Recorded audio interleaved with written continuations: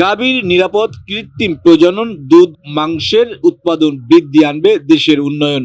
এই স্লোগানকে সামনে রেখে ব্র্যাক কৃত্রিম প্রজনন এন্টারপ্রাইজ কর্তৃক আয়োজিত উন্নত জাতের বাছুর প্রদর্শনী, প্রতিযোগিতা ও পুরস্কার বিতরণ অনুষ্ঠান অনুষ্ঠিত হয়েছে।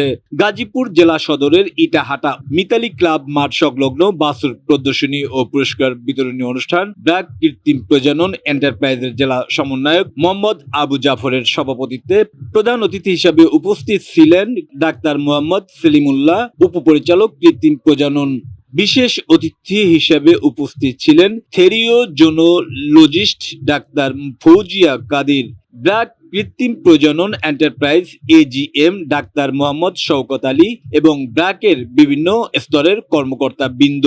অনুষ্ঠানে বক্তারা বলেন, ব্র্যাকের এই উদ্যোগের ফলে গবাদি প্রাণীর কৃত্রিম প্রজনন সেবা খামারিদের দোরগোড়ায় নিশ্চিত হওয়ার পাশাপাশি উন্নত মানের পশুপালনে ও দেশের সার্বিক মাংস ও দুগ্ধ উৎপাদন বৃদ্ধিতে গুরুত্বপূর্ণ ভূমিকা পালন করবে বলে আশাবাদ ব্যক্ত করেন। উক্ত অনুষ্ঠানের শেষ পর্যায়ে বাছুর প্রদর্শনীতে আগত ব্র্যাকের সিমেন ব্যবহারের জন্ম নেয়া সেরা বাছুরের জন্য খামারিদের পুরস্কার প্রদান করা হয়। এ সময় অনুষ্ঠানের সভাপতির বক্তব্য আবু জাফর বলেন, আসলে ব্র্যাক 1972 সালে 21 মার্চ আনুষ্ঠানিকভাবে যাত্রা শুরু করেছিল।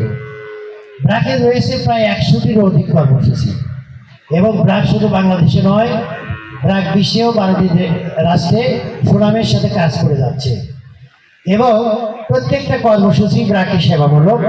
ব্র্যাক একটা সেবামূলক অর্গানাইজেশন এবং আজকের যে কৃত্রিম প্রজনন এন্টারপ্রাইজ কর্মসূচি কর্তৃক আয়োজিত এই বাছুর প্রদর্শনী পুরস্কার বিতরণ অনুষ্ঠানে যে আয়োজন, সেটাও আপনাদের সেবার জন্য।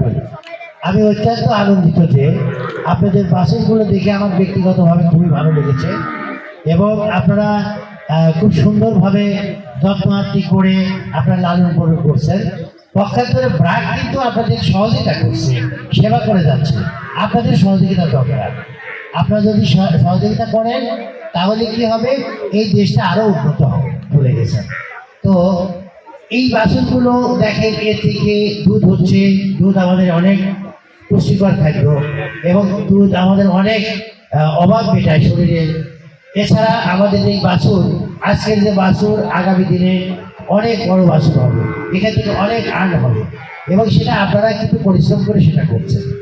এবং এই বাছুর এবং এই গবাদি খামারকে কীভাবে সুরক্ষা করা যায়, রোগ থেকে বাঁচা যায়, আমাদের ডাক্তার মহোদয় এবং আমাদের প্রধান অতিথি এবং আমাদের এজিএম মহোদয় পরিষ্কারভাবে ব্যাখ্যা করেছেন এবং আমি পরিশেষে আপনাদেরকে ধন্যবাদ জানাতে চাই।